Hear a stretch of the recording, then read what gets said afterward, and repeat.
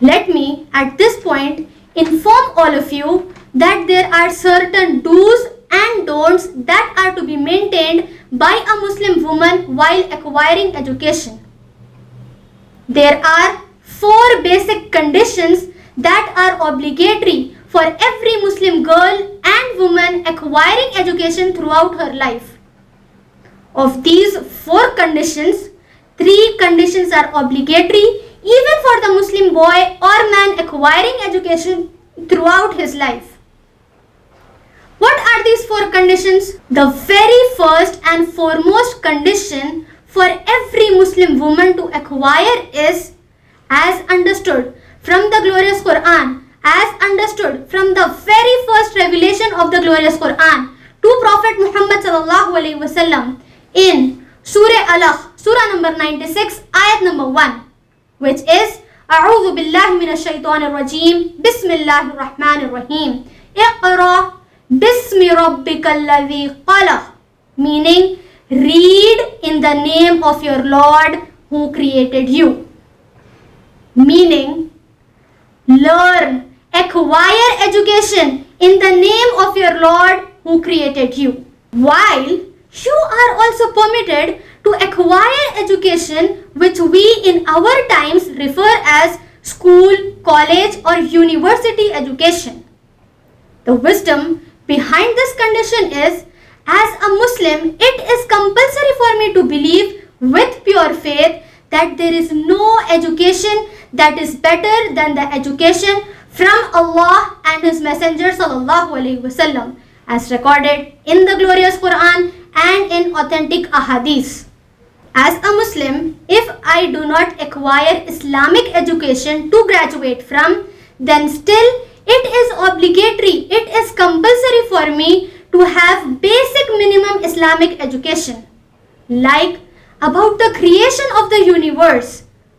about the do's and don'ts concerning my life, like economy, that is about the sources of income and earning, about the dietary laws, about the laws related to marriage and divorce, about the laws concerning my public and private life, which includes my dress code in public and in private. As a Muslim, if I acquire this basic minimum education of Islam, then it would help me to choose the right options for my studies, as well as it would help me to choose the right options for my earnings if I ever do a job in my life. Let me explain the second basic condition for the Muslim woman to acquire education, that is, none of her subjects of education or the courses of education should contradict with the teachings of Quran and Sunnah, nor they should encourage her to become a professional or a perfectionist, which is against even a single command of Quran and Sunnah.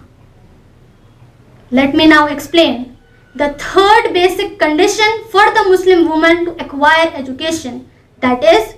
the method and environment in which the Muslim woman is acquiring education should not involve unnecessary intermingling with the opposite sex, nor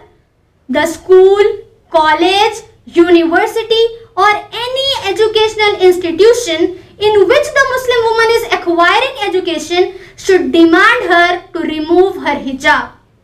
as it is an obligation and a very strict command from Allah subhanahu wa ta'ala to every Muslim woman, as mentioned in Surah Ahzab, Surah number 33, ayat number 59.